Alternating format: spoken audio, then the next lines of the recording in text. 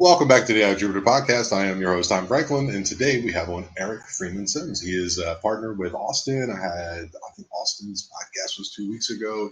He was also on a live, and we're going to get into some of the things they're doing. They just did some recordings of the house that he owns, and it's a little spooky, and it's going to be a lot of fun. A little bit of housekeeping. Go ahead and like and subscribe if you keep finding yourself coming back to the channel. Go ahead and I'm over on Rumble. You can check me out on Spotify. I keep forgetting. So I always want to say Patreon, but I'm not on Patreon. On Spotify. I also have a memberships area here on Facebook. On YouTube, and you get to see an extra video a month in advance for free. And I'll also make you a personal desktop that I will send to you. Let's see. Anything else? Thank you all for watching. And without any further ado, welcome to the iJuber Podcast, Mr. Eric Freeman Sims. Hey, Tom. Hey, buddy. Hey, How's it going? How's it going? Yeah, no problem. How's it going, man? Good. Busy, but good. Busy? Yeah. What you been doing? Well, I do the Unseen Paranormal Podcast, so I'm gearing up for season 5 of that. So booking guests and pre-recording and all that. Tell me about it. So it's that's like a hostage negotiation to get people times and dates and things. And then I've been investigating. Recently bought a 200-year-old historic house, and so we've been remodeling it, working on it, getting things buckled up for it to open it for public ghost hunts. And then me and Austin were filming there last week, a couple of days, and we not so long ago we're filming at Brushy Mountain. Coming up a couple of weeks, so we'll be filming 3 locations in 3 nights for some. Brushy Mountain is the penitentiary, right? Brushy Mountain is the penitentiary. Yeah. With the voice. When he said, "Go ahead and scream." Yeah. I got that here. On the thing. We went through that one.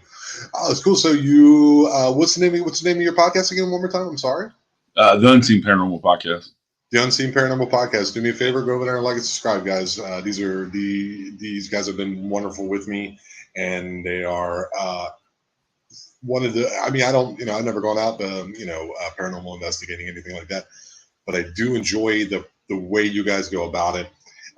You kind of like try to, it's not this, it's not that, it's this, or it's not this, it's not that, it's not this. So what is it? And you kind of go, from what Austin was telling me. And I think that's a great way to go about what you're doing. I appreciate that. Yeah, I think I've been investigating for over 20 years. And so I think you have to go into it with a healthy dose of skepticism. And we throw out way more stuff than we ever count as evidence. And my motto has kind of become, and I forget where I heard this a long time ago, but from somebody smarter than me.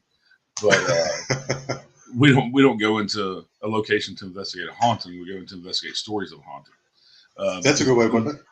Yeah. So until we go in and experience things and catch evidence, I can't tell you if it's haunted or not. It's just stories from other people, and I don't discount their stories and say that they're wrong. But I wasn't there when it happened, and so our approach is to try to debunk everything, because at the end of the day, if we look at it in every way that you can and try to debunk it, then when we actually put it out there as evidence, right, then people can pick it apart all they want, and we've already answered all those questions. Right. So you're trying to use the scientific method to go through it. That way, if someone goes back, they can try to, rehash it and go through it again to see if they come up with the same results that you guys have. I think that's admirable.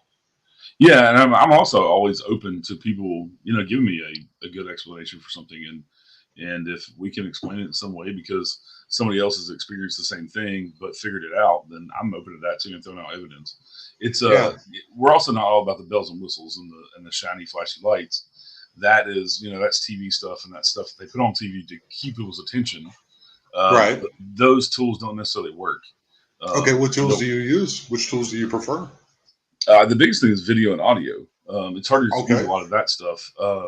We do use like spirit boxes and things as well, which is the radio that scans through the stations. Right. When it's scanning a station every 300 milliseconds, it's hard to dispute when you get a full voice or full sentence answering out of that. Or even a yes or no that's directly answering your question. And then along with that, we use the SS method, which is where you put the headphones on a blindfold, and you can't hear or see what's being asked or what's So it's kind of it's like not a double blind type thing, but it's similar to that.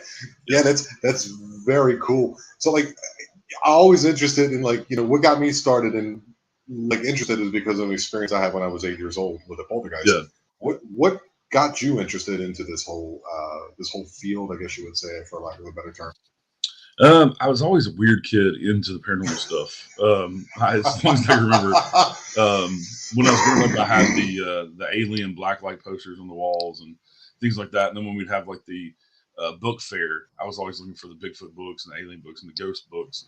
And then my father passed away when I was 14, and so that kind of threw me into trying to figure out what happens when we die, to kind of prove to Mhm. myself that he went on to a better place, that he moved on, and he didn't just stop existing.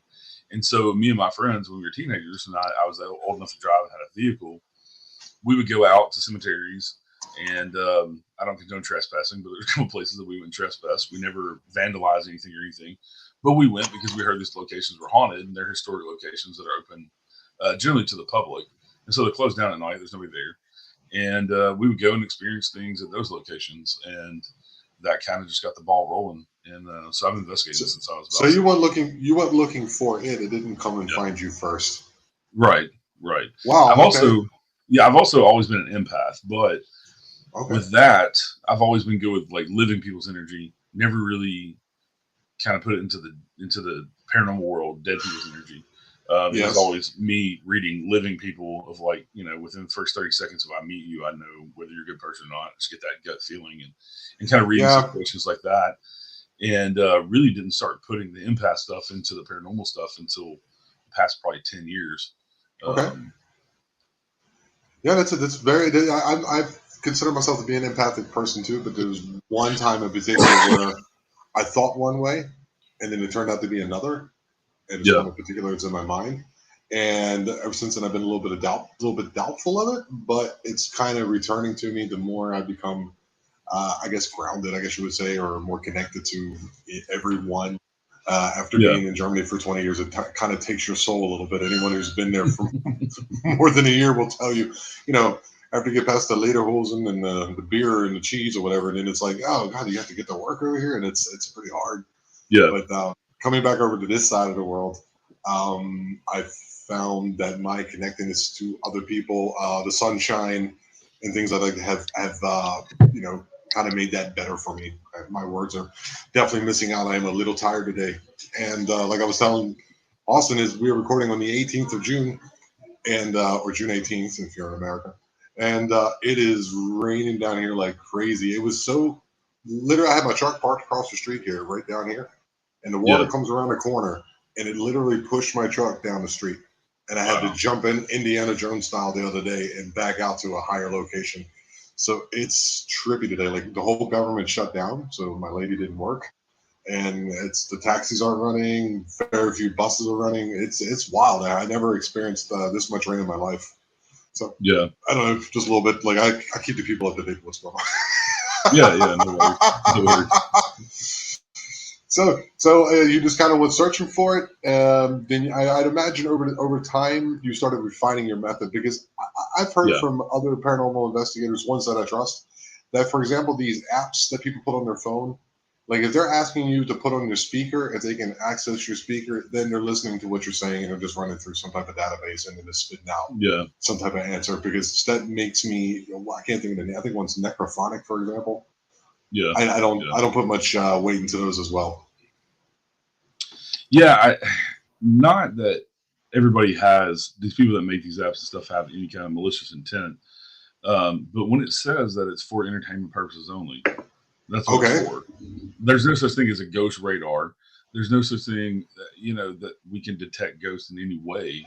If we could, then it would be a mainstream science and not, all of us out here running around trying to find out. Yeah, the apps I don't put a whole lot of stock into Mm-hmm. either, because, like you said, you give them permissions on your phone for the microphone, the speaker.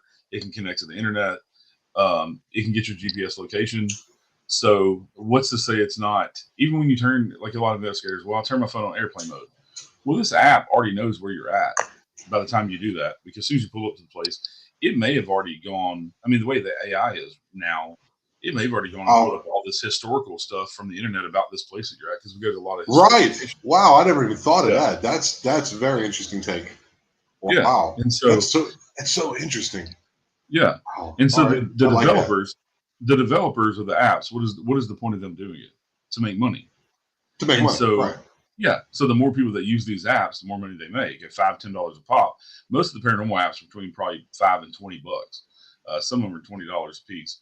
And so Yeah, if you get a bunch of investigators using it because they think it works, yeah. You get because it 300 is investigators using it. Yeah, you got a yeah, nice little chunk of change. Yeah, right, yeah. and word gets around. Like necrophonic has become popular, the ghost radar has become popular, not necessarily within the investigative community, but in Mm-hmm. the like fan community of people that are a fan of like Ghost Adventures and all those shows, because they're not taught any differently, and they don't know Or you any mean like better. the ones? You mean like the ones where they can tell if something is coming? Like I seen one where Yeah. they use like a music box or something like that, where it just starts making music when No, something. no, the music boxes are typically they're typically motion censored. But I'm talking about there's a thing on you can get on your phone, an app called Ghost Radar that actually Okay. looks like the old radar screen. The green Okay. with the Yeah. blip every time Yeah. it's supposed Yeah. to Like detect a ghost near you. was that Battleship? Like Battleship. Yeah, yeah, yeah, yeah. Yeah. And I've seen What do people you? use that, and And you hold it. You don't think it holds any weight as well? no, no. Okay. Okay. What do you think about REM pods? I think use them properly. I think they can work. And when I say that, I think you need not just evidence with the REM pod, but you need other things happening at the same time. So say Okay. the REM pod goes off when you ask a question, but you also get an EVP at the same time. Well, that would lend credence that the REM pod is Okay. actually going off because of paranormal activity. The problem with REM pods is that you can just simply key up a walkie-talkie and it'll make the REM pod go off. Okay. Yeah. So even if you don't have any walkie-talkies, your cell phones, or because your cell phones can set them off too. If your cell phones, nobody has cell phones or turned off, whatever. Who's to say that there's not a trucker 5 miles away on the interstate that has this CB radio that can reach hundreds of miles, and he's talking on it, and it's on the same frequency as this REM pod. Wow. So you can't disprove that. You know what I'm saying? Also, Okay. Yeah. yeah, and then also, maybe even you have all these crazy Wi-Fi stuff in people's houses now, especially if you're a gamer, streamer, anything like that. We all have major Wi-Fi so that we can, run video and all that stuff. And Uh-huh. that signal coming out of there can mess with it too. So just because you go up and have to touch it for us to get it to go off doesn't mean there's not other radio waves and things that can make it go off. And with cell phones and with radio, with internet, those radio waves don't just go out in a linear fashion. They go out 360 degrees. Right. And so even if you're 2 or 3 floors up where there's a wireless modem on the bottom floor, it can still affect that equipment. And it may not affect it constantly, but when it shoots out a Right. certain frequency, it's causing that REM pod to go off. Oh, I love that way. I love the way you guys go about that. It's so cool. I mean, I'd imagine you don't hold much weight in dowsing rods either, do you? Because people can Well, it depends on who's using them. Because True. I can tell you right now, they still use them to figure out where to dig wells. I did So that. I yeah, did that. I so my property, I bought 10 acres out here in the jungle, yeah, and my neighbor, his property is about 10 feet lower than mine. He hit his well at 25 meters, which is 25 yards, 25 times 3, 75 feet about. And I'm higher up, and I went out many times. I, marked it, then I moved it away, and then I went around and I just made sure, because every meter costs me money. You know what right, I'm saying? That it has to dig down. yeah, So I was trying to be very honest with myself. And I found 2 really good locations, and I hit water at 16 meters, yeah, which is, and I'm also about 3 meters higher than he is. So that means it works pretty well. So I guess yeah, it does depend, because, there's always like a charlatan out there who's trying to like, oh, look, you know what I mean? But yeah, if the person is honest with themselves, then I think that's what you're saying. If I'm not putting words into your mouth. yeah, yeah. I think the person's honest, and also with dowsing rods, you have to make sure that you're steady, and because the little micro movements can move them. So I think it's the person using it, if they're very conscious of being still and Mm-hmm. kind of tucking their arms in to make sure they're not moving them. you know, elbows to the sides. Yeah. And I Yeah. know a lady, Miranda Young. She goes by Ghost Biker. She's a good friend of mine, a good friend of my show. She does a really cool method with her on her documentary that she does. She'll blindfold herself, and then she only has a cameraman with her when she goes to location, but she'll have a Okay. cameraman. So they'll put up like on a wall. They'll put up yes, no, and banana, just something that doesn't make any sense, right? But she don't know what order they're in. So he'll put them up in the order while she's blindfolded. And then she uses dowsing rods and tells them to point towards yes or no. Well, then they have a control word in there too, a third word that doesn't make any sense to anything at the location, like banana. And so it's kind of a blind study there that if they point to yes or no where she doesn't know they are, then there's no way that her micro movements can make them go to the answer, right? Wow. Yeah. Yeah, I had another paranormal investigator. He's in I think Houston. His name is John Stroman. Go over and check out his channel. Give him like and subscribe. I can't remember the name of his channel right now. Sorry, John. But type in John Stroman, and he was telling me that he uses them. And he one time he was able to, because they were investigating in this field or they were in a cemetery or something like that, and somebody lost their keys, and he was able to use the dowsing rods to find the keys. Yeah. Or he's used them for his friend who has like a, he installs water pipe or something like that, or electrical lines. I can't remember. Where he goes out with the dowsing rods and can mark the lines within a couple inches, and so it's pretty interesting. I mean, do you know any science behind that? Why that works? I don't. I think if I would have an educated guess, I would think it would have to do with electromagnetic fields. Because the Earth is constantly getting off electromagnetic fields. Water changes that field when it flows. Right. It changes the ions, the positive and negative charges around it. And so I think our field, because we have electromagnetic field as well, that's why we're sensitive to them, to high EMF fields that can cause hallucinations, all kind of stuff.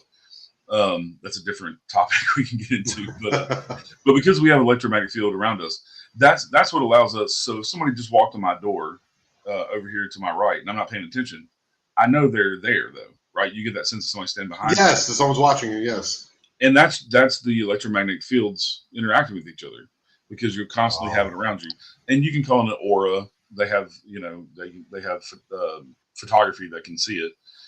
But I think it has a lot to do with that. I think between us and the dowsing rods and putting our electromagnetic field in there, I think that's what kind of, and then the water flowing, changing the magnetic field, I think causes them to move and cross.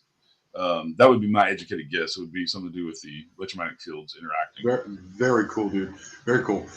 I've heard about that too, where you can, I think it's been proven, like, I think it's more than 50% of the time if someone's looking at you or not, they've done a test. And it's more than 50%, so it's actually a phenomenon that exists. So that would make a plausible sense to me. Now, this house that you bought, when I asked you a little bit about it, what are you planning on doing with it exactly? So we want it to be a venue for many different things, but also a place that we can have to study the paranormal anytime we want. That's kind of the investigator's dream, is to own your own home location. We're going to open it up to other paranormal investigators to come in to rent the place out, like a lot of other locations, and give them the history of the place and let them investigate and see what they catch. But eventually, I want it to kind of be a venue for all different things, weddings and all different things, to share the house and the history with the public. Probably you'll hear me and Austin, especially in our documentaries and stuff. We talk a lot about the history of places. Right. Most of us serious investigators, 80% of what we do is the history. The 20% is the paranormal, because what we're trying to do, we're so into the history that we're trying to connect the history through the paranormal, because we want to talk to these people who live this history that we've learned about and connect with them. That's the exciting part, Probably helps you match it up too, because if you have the history in your mind, and if a name comes up in the EVP, you can go, "Oh, that's interesting." Yeah. Or some, like, if you don't go in without any background into the area in which you are or the location you're at, and you get like some wording or some phrase that may not make any sense, it doesn't really help anything. Yeah, and we still get that sometimes going into locations that we even know the history of. It'll just be some history that we don't know, and that's kind of what I want to do at the Knight House. This is the house I own. It's called the Knight House. The Knight family lived there. The Knight family, out of its 200 years, the Knight family lived there for 100 of it. So they were the Your prime. family? No, not my family, but the Okay, sure. I thought you family said who lived there. Yeah. okay. So And why this? Why this place? Why this place, Eric? Why not? I don't know, somewhere else. Why this place? Is there something particular about this place that you bought that just intrigued you?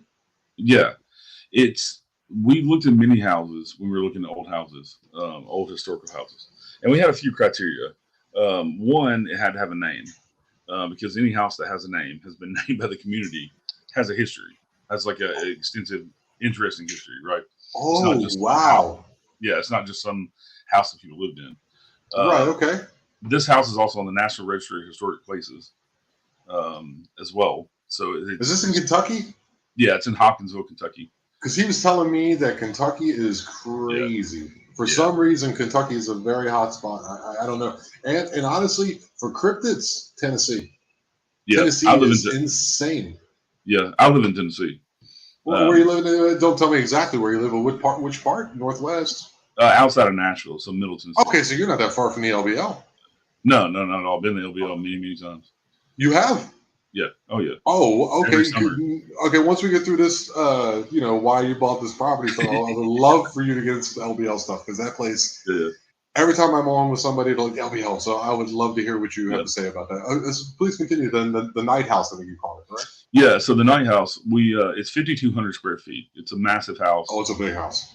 Yeah, and it's very confusing. It's because it's 6 levels. So the very lowest level is the root cellar, and then you come up to the full basement, and the basement actually has full windows, and that's the full windows are at the ground level, but that's full basement, and then you come up to the ground level, and there's 2 bedrooms, dining room. You go up another level, there's the formal parlor and the actual front entrance of the house, which would be the formal entrance. Another set is a guest suite that has another bedroom, bathroom, and a living room, and then another set of stairs that goes to the attic that runs half the length of the house. That runs the full length of the house, but half the house. So that's crazy cool, man. Yeah, but when we looked at many different houses, and this one, from the moment we walked in, it felt like it belonged to us, like we were supposed to buy this house. And I ended up having 2 dreams that were very lucid dreams that felt very real of JB and Eliza Knight, who were the ones who bought the house and owned it, and their family owned it. Oh, that's why it's called the Night House. Also, it's KINIGHT. Yeah. Okay. Yeah. And I had 2 dreams with them in it, telling us that they thought we should own the house. They wanted us to have the house. And the interesting thing is, we went for another 2 months after we looked at it, looking at other houses, thinking we weren't going to get it because we couldn't negotiate a price with the owners and all that. And then they ended up coming back. We didn't even counter offer again. They came back with a lower offer. And wow. Yeah. And we counter offered, and they took our offer. So, well, fantastic! Congratulations, man. That sounds. I mean, for someone who enjoys doing what you're doing, it sounds like a dream come true. And I love. I've said this a million times on this podcast. I love that people get to do what it is they want to do with their life, and they're able to, financially support themselves, but they get to do their passion. I don't care if it's shining a shoe or making apple cobbler, whatever it is that makes you happy. That's I love that. Yeah.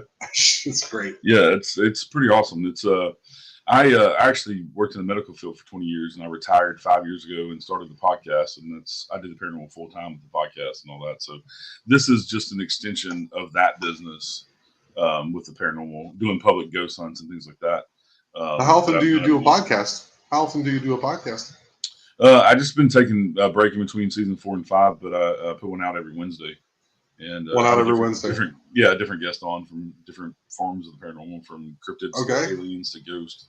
So what do you? I mean, I know it's not your field or expertise. What do you think about all these cryptid sightings? What is your feelings about that? I'm sure you've formulated some type of opinion. Yeah, it depends on the cryptid. I find dogmen, werewolves very interesting, skinwalker thing, that kind of category very interesting. Bigfoot, I've always just thought Bigfoot was a real creature. I come from a Native American background. I'm predominantly Native American. And so in Cherokee culture, it's just the old man of the forest. It's just another being that lives alongside people. But they were always taught in Cherokee, specifically Cherokee culture, Bigfoot has 1 foot in our world and 1 foot in another world. So there's a Okay. supernatural element there as well. But they are very much are physical beings. And Wow. So it's yeah, kind of both. So it's yeah, the other world and the same. So there you go. So I'm going to speak not to you directly, but you hear that, guys? He just bridged the gap between the Ric Flair woo where people get, like upset, and the people say it's only this. It's a yeah, little bit of everything. Guys need to stop fighting. If we're trying to figure out what this is, we yeah, need to actually talk to people with common sense and rationale, as well as being, open. You know what I mean? And people just don't want yeah, to do that. yeah, They'd love to run headlong into whatever they're doing. They say this method works and whatever, the same kind of thing, I'm sure, in the things that you do. yeah. Interesting. Have you had any encounters or any close friends who've had an encounter or anything like that? I mean, I'm just definitely just shooting in the dark here, but I have not. I've talked to many people at conventions and things when I have a booth. I'll have people come up and tell me stories around Tennessee with the LBL and with the Appalachian Mountains. Um, I like the Daniel Boone National Forest. Or what is that? No, the Smoky Mountains Smoky National Mountains, Park. yeah, yeah, That place is yeah, supposedly, and the LBL. All yeah. right. So a lot of stories. You've been to the LBL and you haven't experienced any. What have you experienced there? Because I've talked to Daryl Denton, I would say he's a friend of mine. He's a great guy. Does a lot of this kind of stuff, and he's had multiple encounters. He's had an encounter with an orb that was floating along the ground. It got really close to him, about 2-3 feet. His friends shined a flashlight on the orb, and it turned into a possum, hissed at him, and then ran away. Wow, It's like yeah, crazy stuff like that. And he always goes to the LBL, and he's always out there with Martin Grooves and Barton Nunley and all these guys. yeah. What do you have to say about the LBL? I find it very interesting. It is a weird place. Before I started doing the podcast, I'm a ghost guy. That's my forte, is like ghost and investigating ghosts and hauntings and things. So before I started the podcast 5 years ago, I didn't. I mean, I went down rabbit holes and I have books and things, but I didn't know of Barton Unley and all these people that you're talking about, D.A. Roberts and Josh Turner and all these people in the cryptid Yeah, world Josh Turner. that were that were so into the LBL, and it really didn't dawn on me until a couple of years ago. Josh Turner with the Round Table. I can't think of his podcast The name. Anyway, Paranormal Roundtable. Paranormal Paranormal Roundtable. Yeah, Roundtable. Josh Turner. He actually did a. I live about an hour and a half from the LBL, and he actually did a convention out there. So I went out there and met a bunch of these guys and saw them speak and things, and that's kind of what turned me on to learn about the LBL. But I've been going there since I was a teenager. As an adult, I've always had Jeep Wranglers, and so we ride our Jeeps up there in the summer. But I never knew about dogmen and all that stuff up there until I started talking to people. Excuse me, I got took on my throat. No worries, buddy. So I became aware of these guys and started talking to them on my show. I've been on Josh's show not too long ago in my season 4, a couple months ago. I had a guy named Steve Causey, and he I've had Steve Causey on. Yeah, the LBL Yes. Massacre. Yeah. Yes. Yeah. Incredible story.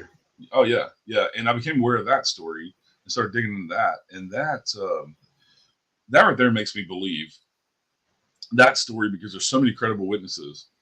And the way that he wrote his book is very factual. He lived there, for one. He's from there. He's from there, yes. Yeah.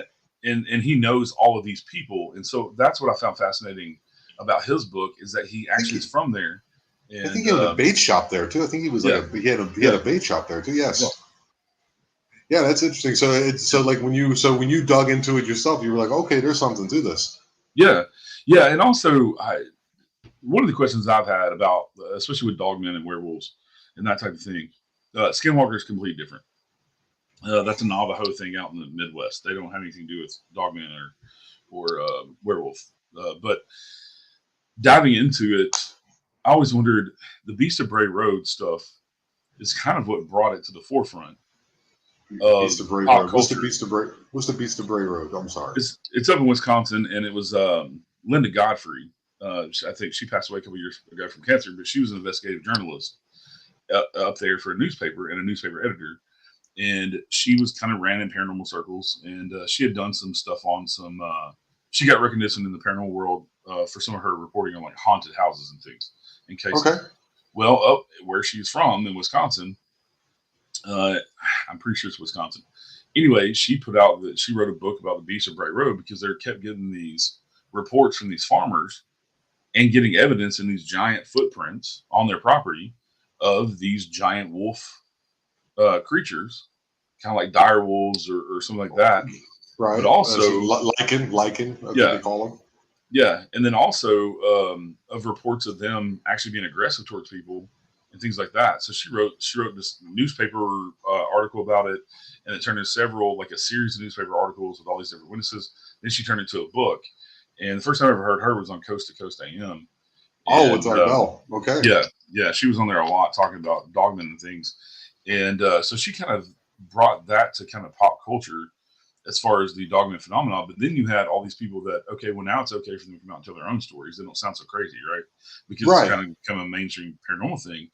And so it's kind of hard to discredit anybody's stories. And I'm sorry, if you have thousands of reports of dogmen like there are out there, Yeah. There's just at like least Bigfoot, one. There's at least one right, that's right. legit. They're not And all, yeah, right. they're not all mistaken identity of a bear or a dog or something like that. It's the same thing with Of course. Bigfoot. Same thing with Bigfoot. They're not all mistaken identity of bears when they're saw in the Smoky Mountains, and we have black bears anyway, which are not very big to begin with. So, Right. somebody saying they saw a 9 foot, 10 foot creature standing on Giant two legs. two legs, that's not going to be a black bear. Black bears are 6-7 foot max standing on their back legs, So, Right. And they don't after walk the so same many and so reports, on and so forth. Yeah. right? Yeah. Yeah.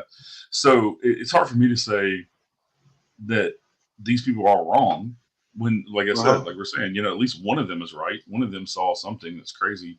Now, with the dogman stuff, I don't know if it's more of a supernatural thing, because I've heard the stories that you're saying with your friend that this ball of light turned into Yes. A a possum. possum.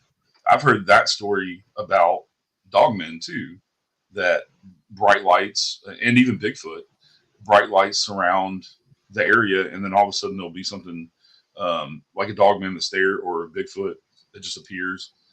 Even like Skinwalker Ranch, Okay. um, the owners of Skinwalker Ranch, before it was bought by the government and not bought by Robert Bigelow and investigated by the government back in the 90s. I forget the name of the family, but they reported one of the same things. They saw a ball of light that got real big, and then poof, there's what they called like a dire wolf, type giant wolf that actually came, and they shot it several times, and they tracked it, and it just disappeared. I've also They heard have that there's a place next to it. I think it's called like Space Wolf Ranch or something like that. And yeah, I've had him on my show. Yeah, Tony Merkel was up there shooting a documentary too, and they had a yeah, really strange incident with the shipping container and all that. yeah. It's a wild thing. I mean, would you consider maybe going out with somebody and seeing if you could experience this as well? Because I mean, I know ghosts. I know you're a ghost guy. You got to Yeah, put that on a shirt. yeah. You got to put that on a shirt, by the way. Right. Ghost guy. You with 2 thumbs up, dude. That's going to sell for sure. And Right. because there's people up there who would, I think, be more than willing. You can contact Harley Owens. He's in Eastern Tennessee. I think he's in the Knoxville area. Or Yeah, you can contact Daryl Bennett and just say, "Hey, man, I'm Eric, and this is what I do, and I'd love to go out with you. Would you consider even doing that?" yeah. He's a good guy. Oh, you know But, Tony Merkel. yeah. Oh, wow, interesting. Us podcasters run in the same circles. Yeah. I guess the bigger podcasters run in the same circles. Fair enough. I went out. Well, I met him last year. I went out and did a MC the show for Hillbilly Horror Stories and for his Okay. podcast live I've show. heard of Hillbilly Horror Stories. Yes. Yeah. Tracy and him are awesome as well. But yeah, Tony's a really good guy. But and Tony lives in Knoxville, so he's not that far from me either. Yes. Yeah. Yes. But Okay. Yeah. But yeah, yeah, I would love to go out, and we've actually. I'm not going to give anything away, but No, don't. No, there may be something this fall coming in mine and Austin's future, kind of up that alley. Maybe not. We don't know. Let's little cliffhanger. Maybe the premise is that we're ghost guys and we're going looking for a cryptid. Yeah, that's a cool idea, man. Because I Yeah. mean, if you run across something, I be honest with you, cryptids. I mean, like I said, I've had my paranormal experiences. I've had a few myself. I've had Yeah. I've had Hatman. I've had poltergeist. I've had I've also had elementals out at the ranch, and I've had two recently, like within the last year, two smoky apparitions that kind of just real quick, like within 2 seconds, we see them, they go away. There's no explanation for them. Yeah. Yeah, just weird. And but if I ran across anything like that out in the woods, I think I would be, I would never go in the woods again. So I don't know, I mean, are you emotionally prepared for something like that? Well, I'm not a camper anyway, and I always joke with my audience. Yeah, every time I have like a cryptid person or like a Bigfoot person on my show talking about anything in the woods, even talking about crawlers and like pale crawlers and things like that, I'm like, and this is why I don't camp, because that fabric is not going to stop Bigfoot from snatching me out of that tent and doing whatever he wants to me. Well, You if you know, even own and a regular house, if you wanted to, he can punch through the wall. I mean, right, if you have right, aluminum siding and a little bit of yeah, plywood and some stud walls and drywall, he's coming right through that joker. yeah. So So either I'm way, not. No, I'm not a camper. Don't get me wrong. I love nature. I grew up out in nature.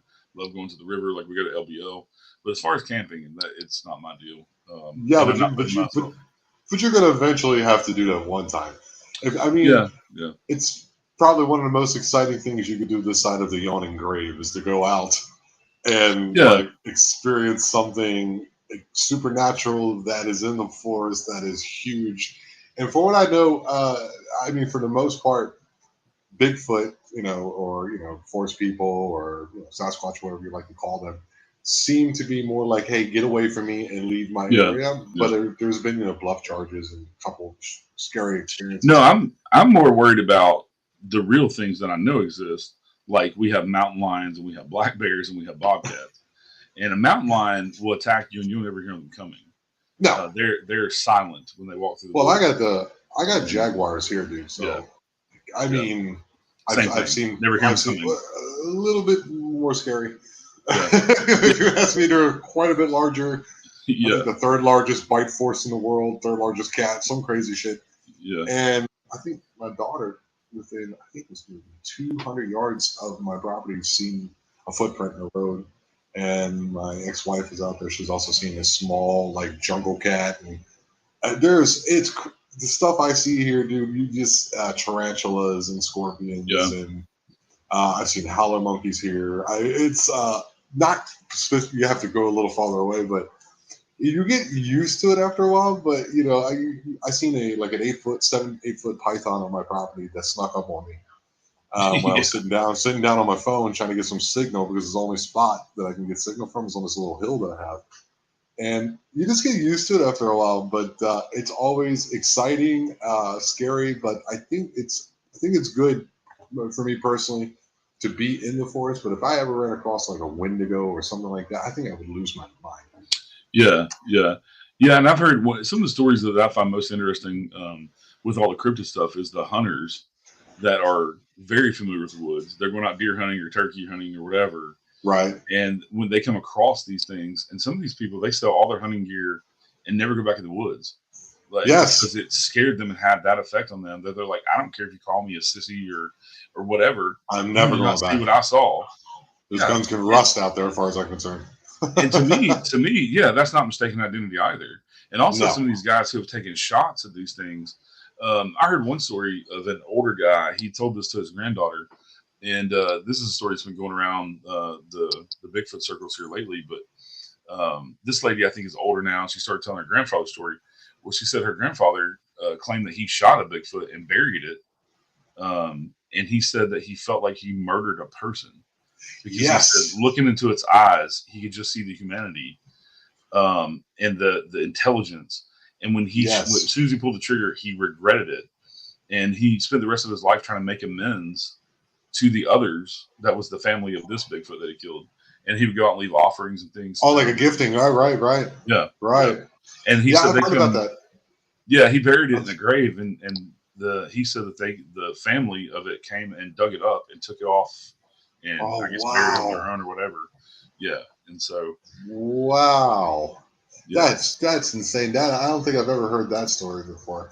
I mean, I've heard about where it's running right at them and they'll aim to shoot and they'll shoot over their head because they go, that's a person. Yeah. Like Yeah. they and the thing is coming right at them. They're 10 feet Yeah. tall, whatever, 400, 500. I don't know how big they are. Maybe Yeah. 1,000 pounds. I don't know how large they are. And this thing is charging right at them as fast as they supposedly move. And Yeah. they still either can't pull the trigger or shoot over its head to give it a warning. There's something unique about that. And it's also what you're telling me that they came back to dig up the grave of Yeah. their fallen family member means maybe we're going about all of it the wrong way. I don't know Yeah. what we would Yeah. do to get in contact with them. Maybe they don't want to be contacted because they are the best at hide and seek ever. You know what I'm saying? Whatever it Yeah. is, they don't. Yeah. I've heard that they mess with their videos. I've seen pictures of it. And there's my buddy Harley Owens out there, and he's got a great picture where he was in Virginia, and he didn't go back in the woods for 3 years hunting, and then he finally went back. The same day he went hunting for the first time, got himself a deer and all that. And then he's out there like every weekend. He's starting to get some incredible evidence. He's showing me some pictures. He just sent me one today that I had to do some touch up on it, but you can see these things. And it's not Yeah. that, what's that called? Pareidolia, I think it's called. Pareidolia. Yeah. Pareidolia. It's not that. There's some people who like to post those, but there's some where you're like, what the hell is that? That is a little bit too perfect to be pareidolia. And it's just incredible. The world is crazy, dude. I don't know what it is. Do you think like these sightings are on the increase, or that I've asked this question a lot. I'm sure you guys are tired of hearing it, people who watch. Do you think that the sightings are increasing, or that people are just coming forth more, or that it's more widely accepted? I think twofold. I think you have people who are more willing to come forward with their stories because it's more accepted. And then I think you also have more people going out in the field and investigating. You got people like Shane Corson and the Olympic Project out in the Olympic Peninsula in the Pacific Northwest who are out there. And then you have guys like we're talking about, the LBL, and in East Tennessee, like Matt Pruitt, who's from Nashville here. His study area on Bigfoot's out in East Tennessee, in the Appalachian Mountains, northern Georgia, southern Tennessee.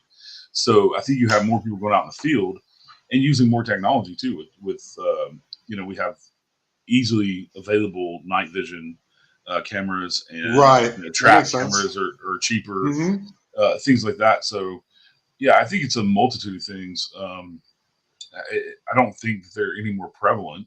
I still think it's very small, probably pockets of populations. And I think a lot of times one of the interesting theories I heard was that in like more well-populated places, like say Nashville area, they've been seen here, not necessarily in Nashville, but on the outskirts. There's been Bigfoot sightings, credible ones. And one of the Bigfoot researchers, I forget who it was saying that that's the males will go from one area to another to expand the gene pool. And so during mating season, those are the ones that are seen migrating because they're the only ones that migrate alone. And so you'll see them in more populated areas to where they don't live there. They're just crossing through to a more rural area. More rural, right. Yeah. Right. That's an interesting thing that they kind of instinctively know to do that. Yeah. And I have another theory on Bigfoot as well that I think some of the sightings could account for with the woo factor, with the whole supernatural factor. Yes. I'm big on time slips and things like that. I find those very fascinating. So am I. Yes. So I postulate, could some of this just be time slips where Bigfoot was a big hairy ape creature that lived, not saying they don't exist now, but lived 10,000 years ago during the Ice Age or before, and now we're just seeing some sort of time slip. And it's just like, if you see a bear out in the wild, you don't go poke it in the ass to make sure it's real, right? Right.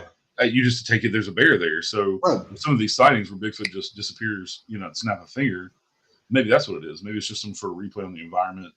I've heard a lot about time slips where someone will know, like they'll go down a road their whole lives, and if they make a curve at a certain turn, that there's always this blue house sitting there. Yeah. And one day they'll go down the road and the house is not there. Yeah. Then they'll turn around and come back and the house is there again. Yeah. This crazy stuff like that. I got to get some people on there that have some time slips because I find them to be extremely fascinating. So yeah. Eric, so now with this house, you said you're gonna, you're kind of fixing it up a little bit. I'm sure you're trying to keep it as historic as possible, knowing a little I know about you, and what it is that you're about. You want to preserve the history as much as possible. So where do you go from here? What is your future plans? So I think the biggest thing is like I said, us having it as a kind of constant home base to constantly investigate. I have cameras up in the house now that run 24/7 that are in motion. They send me notifications if there's motion or sound in the house, and we've already actually caught two separate videos. One is of a mist that nobody can explain. This is the middle of the day. And one of the things I found fascinating about the mist, these cameras automatically switch to night vision when it gets dark. And there are no lights on this part of the house, but it was 5:30 in the evening, and we're in the middle of summer, and so it don't get dark till 9 o'clock. There's plenty of light shining Right. in the windows. Well, right before this mist goes across the screen, the camera switches from color vision, where it has plenty of light, to night vision, and then once the mist goes across, it switches back to color vision. So I'm like, what? Why would it Oh, do that? dude, Yeah, that's like it. fascinating. Yeah, like this mist somehow sucked the light out of the The room. light out of the room, Yeah, or somehow was able to, or I'm just postulating, of course, yeah, yeah, was somehow able to go into the settings of the camera itself and yeah, change it for that split second. However, that would work. yeah, Take it, make it where it's some maybe didn't know. It's probably what you say more. That would make no sense. Like, hi, I'm here. Or yeah, if you're saying you have these dreams, that maybe it wants you to do what you're doing. That's fascinating. yeah, So yeah, fascinating. I'm definitely going into the woo on that one, but that's so cool, dude. I yeah. I admire what you do so much. I would definitely, I'm definitely more in tune with doing what you do than to do what the cryptid dudes do. I have a lot more, Yeah. not respect or anything like that. I have respect for both you equally, but I think it's just for me personally, they just have a lot more. Their pants are on. Let's put it that way. Their pants and Yeah. combat boots are on. Yeah. I mean, I would never even go in the woods unless I go with like some kind of bazooka or something. That's insane to me. Yeah. So you're planning on to do that more. You're going to do some more documentaries. You're going to continue with the Yeah. Yeah. podcast, and Yeah. and you. And what are the roles you guys play? You know, you have Austin doing one thing, and you're doing the other thing. What exactly do each one of you guys do? What do you bring to the table? We kind of both do all of it. We're both pretty well versed in editing and video production and all that stuff. So as far as the documentaries go, we both host. It's only the two of us, so we both are cameramen as well. My forte is kind of more sound because I learned how to do. As an audio engineer, that's originally what I was going to do with my life, and I apprenticed to be an audio engineer. So I kind of have more Okay. sound know how than Austin does. So I take care of a lot more of the sound stuff. But when it comes down to editing and putting it together, I do the voiceover stuff because the voice. I get talking about my voice all the time, so I do the Mm-hmm. voiceover stuff. I usually write all The those. moderating, I guess you would call it the moderating or whatever Yeah, that would be. Okay, yeah, yes. and then usually I'll do the intros and the history part. I'll put all that together as far as editing and all that stuff. Um, yeah, Austin really loves to do the majority of editing where he puts the actual film together and the feel of it. Also, he That actually watches it and cuts it and puts it yeah, together and then shows you yeah, beforehand and things like that and goes, "Hey, check this yeah, out." yeah. Cool. We do. Yeah, we do a dirty version as we call it, which is kind of just a rough raw version where we'll come on StreamYard here, just the two of us, without live streaming. We'll just jump in a room and we'll play the film, how he cut Right. it, and then we'll both compare notes and we'll tweak it here and there until Right. we And you both do feel like like some type of I'm imagining you'll do some type of storyline or some type of, yeah, this is what we were doing and this is what happened. This is, we couldn't debunk it because of X, Y, and Z. yeah, So yeah. and so. Oh wow, that's a lot of work, man. That's a lot of work. How long does it take you to do one of these type projects? We've done a few shorter ones earlier this year, and those took probably a month and a half, and those are like Okay. 30 to 45 minutes.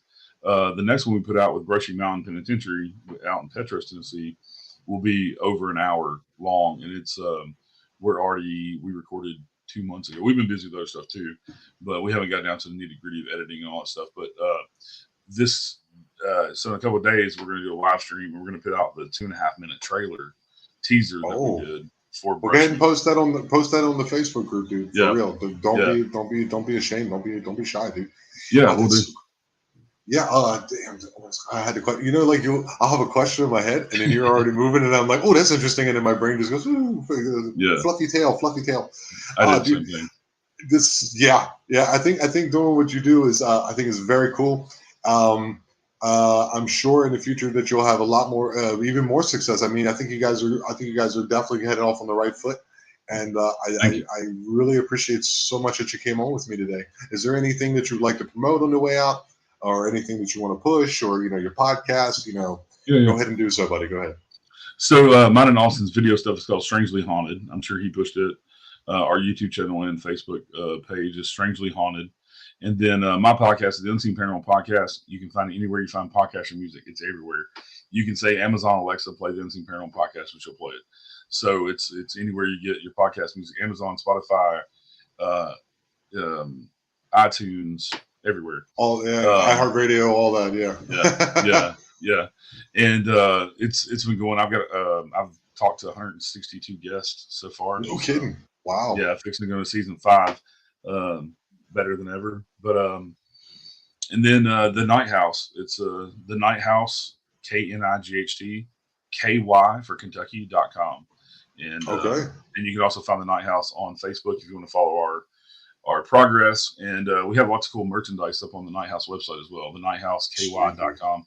And there's a cool merchandise up there to buy. And all the proceeds, which we only make a couple bucks off each thing, but it actually goes back to the house to help maintain it and for us to rehab it.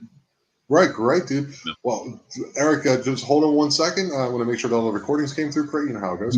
And thank you so much for coming on the show, man. I appreciate it. Yeah, it was a pleasure. Thank you so much. All right, buddy. Well, that was Eric Freeman Sims. He's fantastic. Fantastic interview with him and his buddy Austin. He, like I said, he was on 2 weeks ago, I think. I had to look at the schedule. Thank you guys so much for listening to the podcast. And don't forget to like and subscribe. Go check out the Rumble. And I also have a PayPal account if you want to throw me a couple bucks so I can update this, get some better lighting, get a better computer. It's very old. I appreciate it very much. And remember, you are listening to the Eye Jupiter podcast. And we are the Eye, and we are aware. Thank you all very much.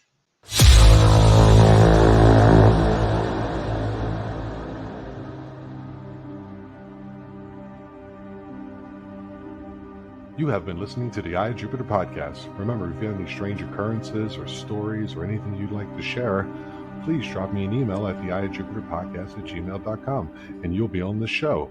And remember, we are the Eye and we are aware. Thank you.